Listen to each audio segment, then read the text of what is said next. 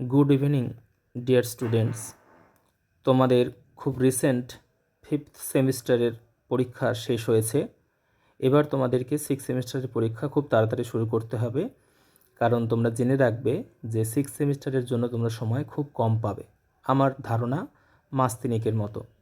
তাই তোমাদের সুবিধার জন্য কী পেপার পড়তে হবে তোমরা যদিও অনেকেই জানো, কিন্তু অনেকেই জানতে চেয়েছো স্যার কী পেপার থাকবে, একটু বলে দিলে ভালো হয়। সেই জন্য আমি তোমাদেরকে একটু ভিডিও করে পাঠালাম।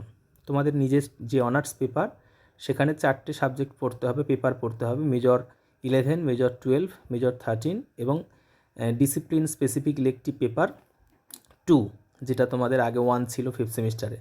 আর তার সাথে মাইনর পেপার, যেমন তোমাদের সেকেন্ড যে মাইনর, তার একটা পেপার পড়তে হবে। এরপর আমি বলবো মাল্টিডিসিপ্লিনারি স্টুডেন্টদের 6th সেমিস্টারে কী পেপার থাকবে। তাদের কিন্তু একই অনার্সের মতোই 4টে মেজর এবং একটি মাইনর, কিন্তু 4টি মেজরের মধ্যে প্রথম 3টি major, major B4, major B5, major B6, এই বি কথার অর্থ হলো সেকেন্ড সাবজেক্ট। তোমরা ফর্ম ফিল আপের সময় যে সেকেন্ড সাবজেক্ট চুজ করেছিলে, সেই সাবজেক্টে 3টে পেপার পড়তে হবে, মেজর 4, মেজর 5, মেজর 6। আর মেজর ইলেকটিভ পেপার 2, যেটা 1 পড়েছো সেটা 5th সেমিস্টারে, আর 2 যেটা সেটা পড়বে 6th সেমিস্টারে। এই সাবজেক্টটা কিন্তু তোমার ফার্স্ট সাবজেক্ট। ইলেকটিভ পেপার সবসময় ফার্স্ট সাবজেক্টের ওপরে হবে।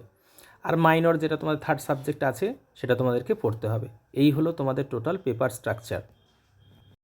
এছাড়াও তোমাদের যদি কারো কিছু জানার থাকে, আমাকে অবশ্যই মেসেজে জানতে পারো অথবা কল করে জেনে নিতে পারো, ঠিক আছে? কারো যদি কোনো কোয়ারি থাকে। ওকে, ঠিক আছে, ভালো করে পড়াশোনা শুরু করো। আশা করছি তোমাদের ফলাফল অবশ্যই ভালো হবে। সবার জন্য অনেক অনেক শুভেচ্ছা।